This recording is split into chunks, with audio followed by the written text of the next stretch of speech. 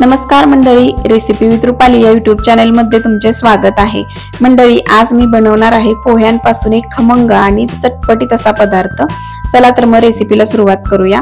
एका मिक्सरच्या भांड्यामध्ये 1 वाटी पोहे घ्यायचे, त्याच वाटीने मोजून अर्धी वाटी रवा घ्यायचा, पाव वाटी बेसन पीठ घ्यायचं।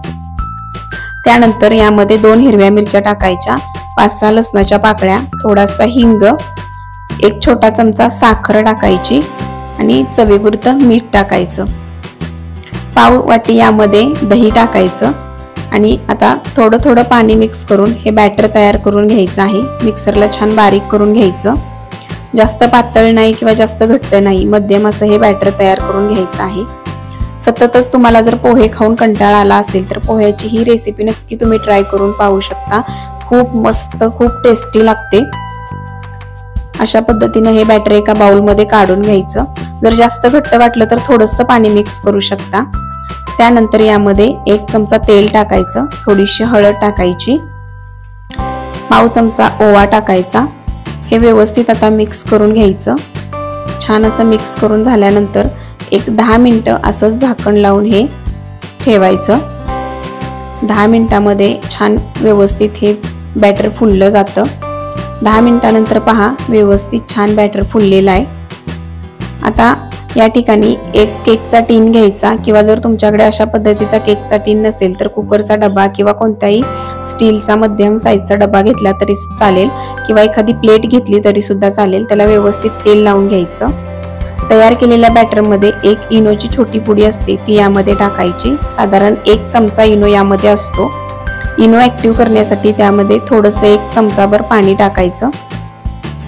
व्यवस्थित हे सर्व मिक्स करून घ्यायचं। जर इनो नसेल तर खायचा सोडा टाकला तरी सुद्धा चालेल। त्यानंतर हे तयार केलेलं बॅटर आहे ते इनो टाकल्यानंतरची जी प्रोसेस आहे ती थोडीशी पटपट करावी लागते। इनो जोपर्यंत ऍक्टिव्ह आहे तोपर्यंत त्याला हीट मिळावी लागते।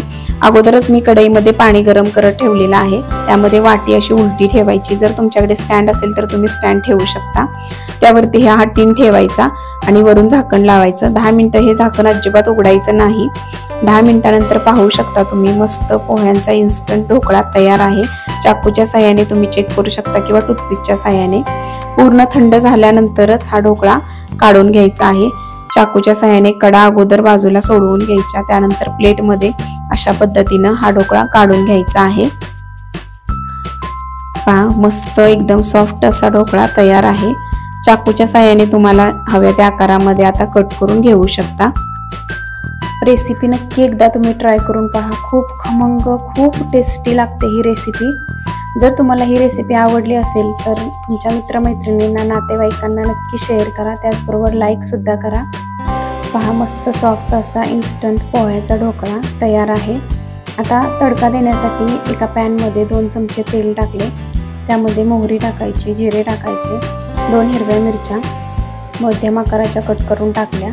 त्यानंतर थोडासा कढीपत्ता टाकायचा आणि जो ढोकळ्याचे पीस कट करून घेतलेले आहेत ते यामध्ये टाकायचे।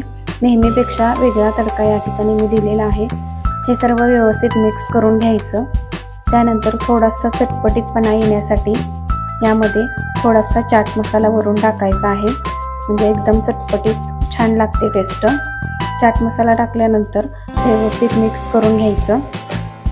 सर्व मिक्स करून झाल्यानंतर एका प्लेटमध्ये काढून घ्यायचं। टोमॅटो सॉस बरोबर अप्रतिम लागतो हा ढोकळा। वरून बारीक चिरलेली कोथिंबीर टाकायची। रेसिपी तुम्हाला कशी वाटली कमेंट करून नक्की सांगा। आणि अशाच नवनवीन रेसिपी पाहण्यासाठी जर तुम्ही चॅनलला सबस्क्राईब केलं नसेल तर रेसिपी विथ रुपाली या यूट्यूब चॅनलला पटकन सबस्क्राईब करा। थँक्यू।